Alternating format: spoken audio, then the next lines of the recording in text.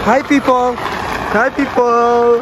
Dahil medyo malayo-layo ang dadayuhin natin ngayong araw, napagkasundoan na nga namin na magdala kami ng tent at mag-camping na lang malapit sa lalaroan namin.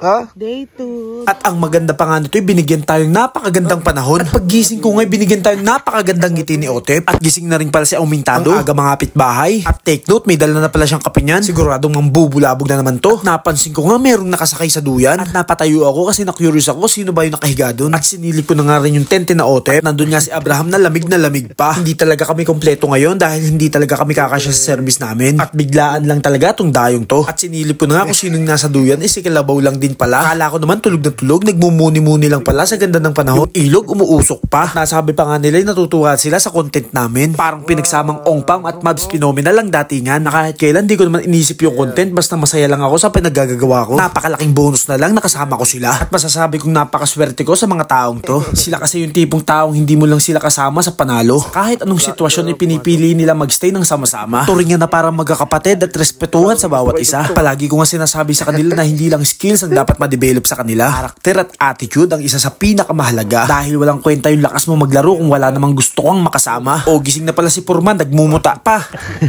Gusto yung coach tayo, bibigyan nila. Pakita mo sa uminom ng kape yung pogi. Akala ko naman kung ano yung pinagkakaguluhan nila. Isa lang palang napakalaking bibe. Nudo ka. At dahil gising na rin naman kami lahat, napagkasundoan na namin na kunin namin yung grill. At kailangan na namin mag-prepare ng aming tanghalian. At kailangan na rin kasi namin umalis dito bago mag alas 11. At dahil may dadaanan pa kaming isang player at mga halos 2 oras pa yung biyahe patungo doon sa lalaroan namin. At kitang-kita ko talaga nag-i-enjoy sila sa nangyayari ngayong araw. At napapansin rin nila na medyo malayo na yung nagagawa namin kaysa noon. At sinabi ko nga sa kanila na lahat ng bagay nag-uumpisa lang sa maliit. At ang isa sa pinakamahalaga mong matutunan ay hindi pagsuko. Dahil sa mundong to, kahit anong pangarapin mo ay palaging may pagsubok. Aba, teka, may love team na ata ako sa team ah. Sobrang sweet naman yan, maghihiwalay din kayo. Kita mo, kakasabi ko lang. Hi people! Hi people!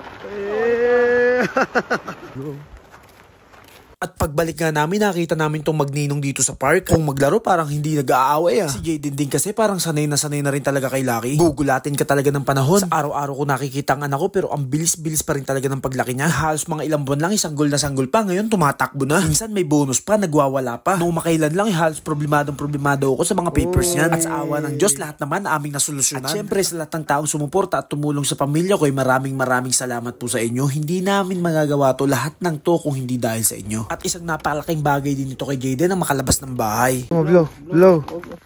Ooh.